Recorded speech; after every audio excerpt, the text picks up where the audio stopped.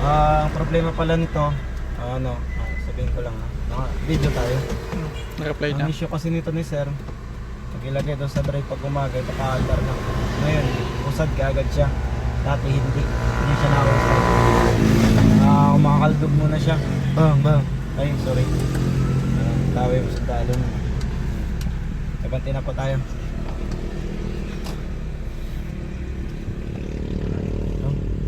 Sa unang arangkada naman, dahan-dahan lang po yung tapak.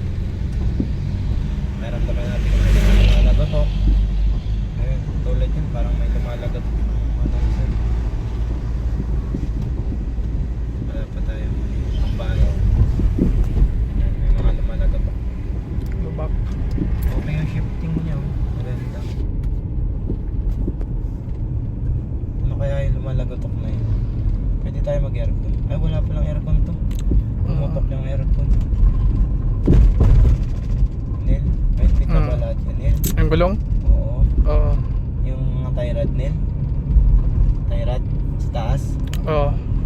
Higpit na yun. Yung ball joint din ano? Ilang pang kapangayin. Ang pinapang mo pa. Wow. Init. Alright. Okay. Sir, gilid ka lang konti, sir. Baka masagi ka. Ayan. Nice yung takbo. Okay, naka-fourth gear na tayo. Kahit kunting tapak na, fourth gear na agad siya. Yung smooth naman ako. Ayan, papunta pa tayo ng West. Hindi ka naman papatakboy ng mabilis. Makompletohin ko lang. Tapos paparotis natin kay Chief Michael Labanis. Signal light tayo. Pasok tayo ng kanan. Huwag tayo doon kasi magastos doon eh. May ano doon eh, may buko. May buko. Dito tayo sa walang buko. Wala tayong pera eh. May buko kasi doon, no? Ito. Okay.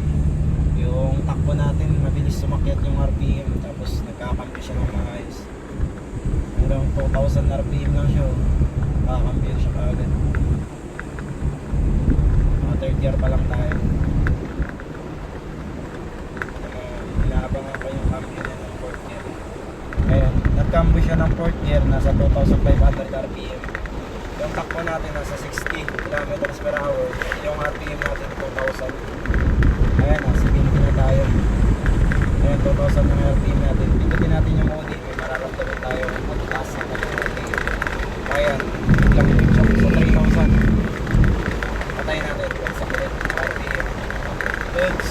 Congratulations. Alamat. Salamat sa CRB. Sa alamat na walang pamagat. Share mo na yan. Like, subscribe. Okay, hanggang dito na lang po tayo. Hindi na natin papalayuhin. Pagkat yung gasolina ni sir ay full tank. Baka mabawasan pa yan mamaya. Right ko. Sige. Right ko, bandi ka. Hindi naman kami nagmamadali. Alas pa namin lumabang buhay namin. Ayan. Ayun na, test drive na natin sir yung sasakyan mo. Ayan, Okay na. dos.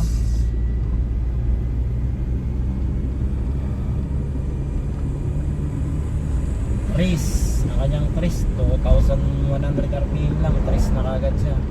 Ang kanyang fourth gear nasa 2,400 o 2,500 RPM. Saka siya mag-upshift. Ay, yun, parang 2,100 din eh. Fourth gear siya.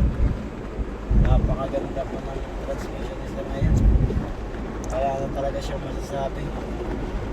Sana mag-tip. Para wala din kayo masabi. Joke lang. Sana mag-tip, no? Sa ngayon, narotis ko kasi ito, walang lumalago to. Kailangan natin hanapin yung lago to. Ngayon, patay tayo. Patay pala. Saan kaya nang gagaling yung lago to?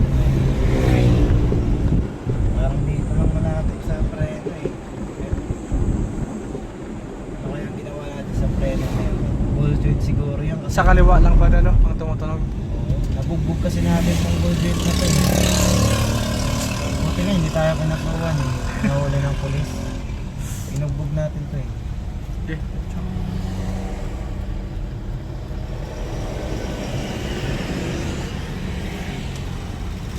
Sa kabila ng lahat. Professional driver yan. Alam niya talaga mag-adjust. Professional. Nag- Ayan, Nag-seminar. Pabalik na po tayo sa ating paroroonan. Ayan.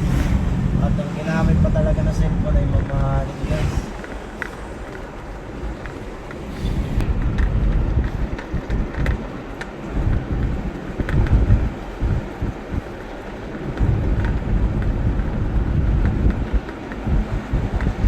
So, tapos na tayo ng road test. Papasok na tayo sa shop. Ang masasabi ko lang sa kanya na to, maganda yung takbo niya. Okay naman yung makina. Yung problema lang natin ngayon, yung nalaglag tayo problema na yung lagotok. Yung lagotok na yan, kailangan natin isolve. Kasi wala po yan. Pinasok ko sa inyo sir. Ayan o. Grabe yung lagotok. Wala yan. Panda. Grabe talaga yan. Nakakatakot yan. Kahit sino yung mag-drive, matatakot sa lagotok yan. Kahit yung may-ari pa ng ospital, matatakot din sa lagotok na yan. Kaya ayusin nyo yan ha. Yan. Kaliwa. Pasok na po tayo sa Global Pinoy Automatic Transmission Banay-Banay. Ayan. Dito ulit tayo papasok sa kanyang longga.